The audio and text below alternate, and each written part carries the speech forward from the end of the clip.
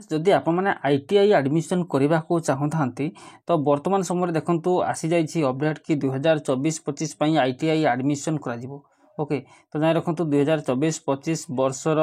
ITI admission हम तार notice आसी जाइए तो केबे ऑनलाइन आवेदन करने को पड़ो एडमिशन केबे करेंगे और क्यों मैंने आवेदन करेंगे फ्रेंड्स फुल डिटेल्स एक्सप्लेन करी यही वीडियो सो वीडियो को बिना स्किप करी समस्ते शेष पर्यटन देखा सहित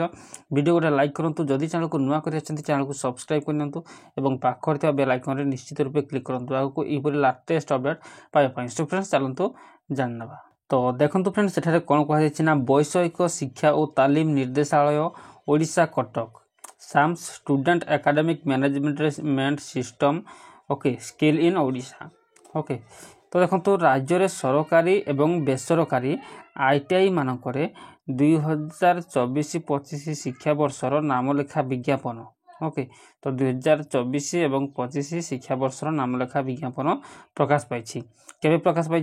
ना 28/3/2024 यही नोटिस को रिलीज करा तो ये इनफॉरमेशन जो आसी 28/3/2024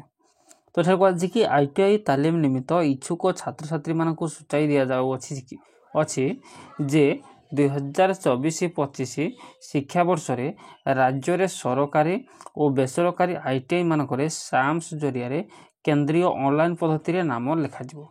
ओके तो एथिपाई ऑनलाइन माध्यम आवेदन पत्र 1/4/2024 ठार ग्रहण करा तो जानी रखु एप्रिल 1 तारिख ही तुम ऑनलाइन आवेदन आरंभ हो तो नामलेखा प्रणाली आवेदनकारी 1/8/2024 तारीख सुधा 14 वर्ष बयसर होते किंतु सर्वाधिक बयस सीमा किसी ना जानी रखु जदि आप मैंने 14 वर्ष होती 1/8/2024 सुधा ताहले आप मैंने एडमिशन करेंगे कौन भी असुविधा ना एवं यह जब आप अधिक एज अच्छा चलो कौन असुविधा ना एवं विभिन्न इंजीनियरिंग एवं अण इंजीनियरिंग ट्रेड सर्वनिम्न शिक्षागत योग्यता 10वीं श्रेणी पास एवं 10वीं श्रेणी फेल रखु तुम मैंने 10वीं श्रेणी पास करके +2 +3 जहाँ भी पढ़ी एडमिशन नहीं पार देन जदि आपने 10वीं फेल अच्छा एडमिशन नहीं पार तो ये संबंधी तथ्य आपने साम्स पोर्टाल www.samsodisha.gov.in जब आप लिखिकी सर्च करेंगे ताहले पाइपर वर्तमान समय कौन इनफॉरमेशन ना तो जिते आसो निश्चित रूप पुणी नेक्स्ट वीडियो हिं जनईदेवी ओके तो तृतीय देखो तृतीय कौन कहा साम्स पोर्टाल www.samsodisha.gov.in आपन जो रही dtet.odisha.gov.in लॉगिन करी प्रथम पर्यायर 1/4/2024 ठारू ऑनलाइन पंजीकृत आवेदन करेंगे ओके तो ऑनलाइन आवेदन करने 1/4/2024 जो वेबसाइट रही है दुईटी वेबसाइट ही आवेदन करेंगे तो 10वीं श्रेणी परीक्षार फलाफल घोषित होगापर आवेदनकारी मैंने से मार्क और आवश्यक प्रमाणपत्र विवरणी साम्स पोर्टाल अपलोड करेंगे तो जदि आप वर्तमान समय मैट्रिक एग्जाम देते जब आईटीआई एडमिशन ने चाहते ताहले एडमिशन आवेदन करेंगे जिते बड़े तुम रिजल्ट आसो तो से समय तुमको मार्क ही अपलोड करने को पड़ो ओके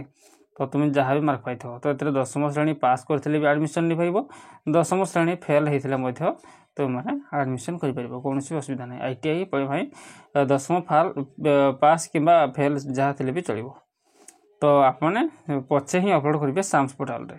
सहित देखो अधिक विवरण निमित्त प्रार्थी सहायता टोल फ्री नंबर देती संजोग हेल्पलाइन नंबर देती तुम तो ये नंबर रे कि नंबर रे कॉल करके जोगाजोग करके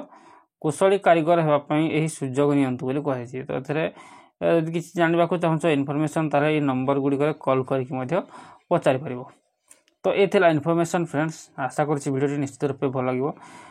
जदि वीडियो भल लगी like share comment and subscribe करने को जमा भी भूलिए ना और नेक्स्ट वीडियो जब आप आईटीआई संपर्कित आउ कि भी जानवा चाहते तो आम चैनल को सब्सक्राइब करके रखुँ जिते अपडेट आसो निश्चित रूप आपको जनईदेवी थैंक्स फॉर वाचिंग।